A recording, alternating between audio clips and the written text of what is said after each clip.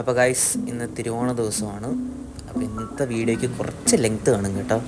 രാവിലെ തന്നെ നമുക്കൊരു ഡെലിവറി ഉണ്ട്. അപ്പോൾ അത് കൊടുക്കാനായിട്ട് ഞാൻ വണ്ടി എടുത്ത് നേരെ ഇറങ്ങി നമ്മുടെ സാധനമൊക്കെ വെച്ചുകൊണ്ട്. അപ്പോൾ അതായിരുന്നു രാവിലെ തന്നെ എഴുന്നേറ്റ് തിരുവോണ ദിവസത്തെ ഫസ്റ്റ് ടാസ്ക്.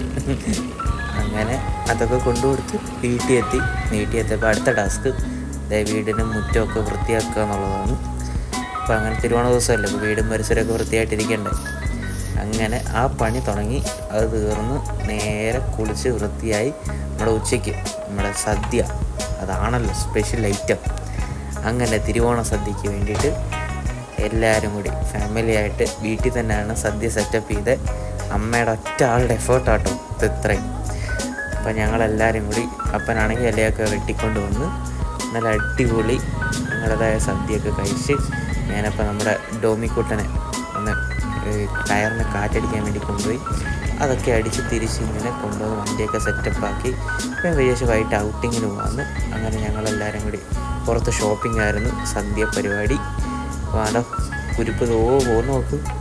ഞങ്ങളെല്ലാവരും ഡ്രസ്സൊക്കെ എടുത്ത് അങ്ങനെ ഇനി അടുത്ത പരിപാടി. പിന്നെ ഫുഡ് കഴിക്കാതിരിക്കത്തില്ല.